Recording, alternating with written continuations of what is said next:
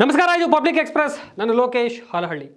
ಮುಡಾ ಪ್ರಕರಣದಲ್ಲಿ CM ಸಿದ್ದರಾಮಯ್ಯಗೆ big relief ಸಿಕ್ಕ ಹಿನ್ನೆಲೆ ಸಿಎಂ ಸಿದ್ದರಾಮಯ್ಯನವರಿಗೆ ಶಿಕ್ಷೆ ಕೊಡಿಸುವಂತಹ ಎಲ್ಲ ಅವಕಾಶ ನನಗಿದೆ ಅಂತ ಸ್ನೇಹಮಯಿ ಕೃಷ್ಣ ಹೇಳಿಕೆ ನೀಡಿದ್ದಾರೆ. ಮೂಡಾ ಪ್ರಕರಣವನ್ನು ಸಿಬಿಐಗೆ ವಹಿಸಲು ಧಾರವಾಡದ ಹೈಕೋರ್ಟ್ ನಿರಾಕರಣೆ ಮಾಡಿದೆ. ಇದರಿಂದ ಸಿಎಂ ಸಿದ್ದರಾಮಯ್ಯಗೆ ಬಿಗ್ ರಿಲೀಫ್ ಸಿಕ್ಕರೆ ದೂರುದಾರ ಸಾಮಾಜಿಕ ಕಾರ್ಯಕರ್ತ ಸ್ನೇಹಮಯಿ ಕೃಷ್ಣ ಅವರಿಗೆ ಕೊಂಚ ಹಿನ್ನಡೆಯಾಗಿದೆ. ಹೋರಾಟ ಮಾಡುವಾಗ ಸೋಲು ಗೆಲುವು ಎಲ್ಲ ಇದ್ದೇ ಇರುತ್ತದೆ ಎಂದು ಸಾಮಾಜಿಕ ಕಾರ್ಯಕರ್ತ ಸ್ನೇಹಮಯಿ ಕೃಷ್ಣ ಹೇಳಿದ್ದಾರೆ. ಕೋರ್ಟ್ ತೀರ್ಪು ಬರುತ್ತಿದ್ದಂತೆ ಸಾಮಾಜಿಕ ಕಾರ್ಯಕರ್ತ ಸ್ನೇಹಮಯಿ ಕೃಷ್ಣ ಅವರು ಹೋರಾಡುವಾಗ ಸೋಲು ಗೆಲುವು ಏರುಪೇರು ಇದ್ದೇ ಇರುತ್ತೆ. ಇದು ಸಣ್ಣ ಪ್ರಮಾಣದಲ್ಲಿ ಹಿನ್ನಡೆಯಾಗಿದೆ ಎಂದು ಹೇಳಬಹುದು. ಇದರಿಂದ ನಾನೇನು ವಿಚಲಿತ ಆಗುವುದಿಲ್ಲ. ಯಾವ ಕಾರಣಕ್ಕೆ ಈ ವ್ಯತಿರಿಕ್ತ ತೀರ್ಪು ಬಂದಿದೆ ಎಂದು ಪರಿಗಣಿಸಿ ಸುಪ್ರೀಂ ಕೋರ್ಟ್ಗೆ ಮೇಲ್ಮನವಿ ಸಲ್ಲಿಸಿ ಪ್ರಕರಣವನ್ನು ಸಿಬಿಐಗೆ ಕೊಡಿಸುವಂತೆ ಪ್ರಯತ್ನವನ್ನು ಮುಂದುವರಿಸಿಕೊಂಡು ಹೋಗ್ತೇವೆ ಎಂದು ಹೇಳಿದ್ದಾರೆ.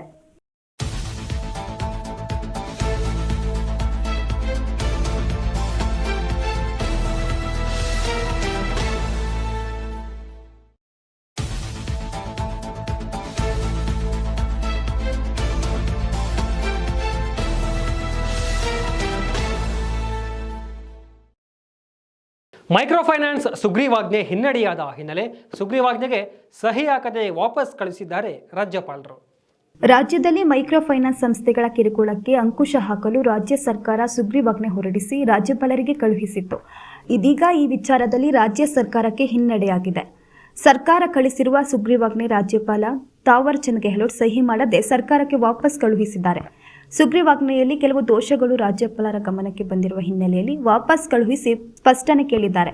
ದಂಡ ಮತ್ತು ಶಿಕ್ಷೆಯ ಪ್ರಮಾಣದ ವಿಚಾರದಲ್ಲಿ ರಾಜ್ಯಪಾಲರು ಸರ್ಕಾರದಿಂದ ಸ್ಪಷ್ಟನೆಯನ್ನ ಕೇಳಿದ್ದಾರೆ. ಸುಗ್ರೀವಾಜ್ಞೆಯಲ್ಲಿ ಸಾಲ ಪಡೆದವರ ಬಗ್ಗೆ ಮಾತ್ರ ಗಮನ ನೀಡಲಾಗಿದೆ. ಹಾಗಾದರೆ ಸಾಲ ನೀಡಿದವರ ಕತೆ ಏನು? ಸಾಲ ಕೊಟ್ಟವರಿಗೂ ನ್ಯಾಯ ಸಿಗಬೇಕಲ್ಲವೇ ಎಂಬ ಪ್ರಶ್ನೆಯನ್ನ ಸರ್ಕಾರದ ಮುಂದೆ ರಾಜ್ಯಪಾಲರು ಇಟ್ಟಿದ್ದಾರೆ.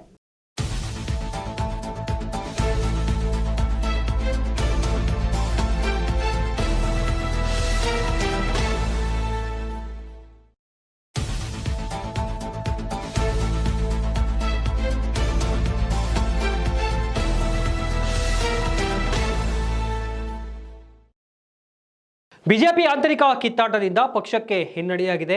15-20 ದಿನಗಳಲ್ಲಿ ಎಲ್ಲಾ ಗೊಂದಲಗಳು ಪರಿಹಾರ ಆಗಲಿದೆ ಅಂತ ವಿಪಕ್ಷ ನಾಯಕ ಆರ್ ಅಶೋಕ್ ತಿಳಿಸಿದ್ದಾರೆ. ಬಿಜೆಪಿ ಆಂತರಿಕ ಕಿತ್ತಾಟದಿಂದ ಪಕ್ಷಕ್ಕೆ ಹಿನ್ನಡೆಯಾಗಿದೆ. 15-20 ದಿನಗಳಲ್ಲಿ ಎಲ್ಲ ಗೊಂದಲಗಳು ಪರಿಹಾರ ಆಗಲಿದೆ ಎಂದು ವಿಪಕ್ಷ ನಾಯಕ ಆರ್ ಅಶೋಕ್ ತಿಳಿಸಿದ್ದಾರೆ. ಬಿಜೆಪಿ ಕಚೇರಿಯಲ್ಲಿ ಪಕ್ಷದ ಸಹ ಉಸ್ತುವಾರಿ ಸುಧಾಕರ್ ರೆಡ್ಡಿ ಅವರ ಜೊತೆ ಸಭೆ ನಡೆಸಿ ಮಾತನಾಡಿದ ಅವರು, ಪಕ್ಷದ ವಿಚಾರವನ್ನ 4 ಗೋಡೆ ಮಧ್ಯೆ ಮಾತನಾಡಬೇಕು ಎಂದು ಹೈಕಮಾಂಡ್ ಹೇಳಿದೆ. ನಮ್ಮ ಸಹ ಉಸ್ತುವಾರಿ ಸುಧಾಕರ್ ರೆಡ್ಡಿ ಅವರು ಕೂಡ ಇದೇ ಹೇಳಿದ್ದಾರೆ ಎಂದು ಮಾಹಿತಿ ಹಂಚಿಕೊಂಡಿದ್ದಾರೆ.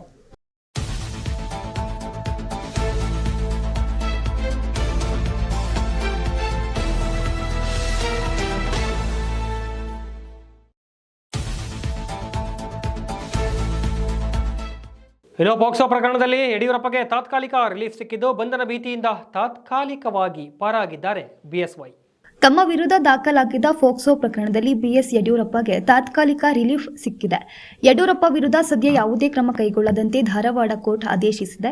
ತಮ್ಮ ವಿರುದ್ಧ ದಾಖಲಾಗಿದ್ದ ಫೋಕ್ಸೋ ಪ್ರಕರಣವನ್ನು ರದ್ದು ಮಾಡುವಂತೆ ಕೋರಿ ಯಡಿಯೂರಪ್ಪ ಅವರು ಕೋರ್ಟ್ ಮೆಟ್ಟಿಲೇರಿದ್ದರು. ಜನವರಿ 17ರಂದು ವಿಚಾರಣೆ ಪೂರ್ಣಗೊಳಿಸಿದ್ದ ಕೋರ್ಟ್ ಇಂದು ತೀರ್ಪು ಕಾಯ್ದಿರಿಸಿತ್ತು. ಈ ವೇಳೆ ಕೇಸ್ ರದ್ದುಗೊಳಿಸಲು ನಿರಾಕರಿಸಿದ ಹೈಕೋರ್ಟ್ ಯಡಿಯೂರಪ್ಪ ವಿರುದ್ಧ ಯಾವುದೇ ಕ್ರಮ ಕೈಗೊಳ್ಳುವಂತಿಲ್ಲ ಎಂದು ಸೂಚಿಸಿದೆ.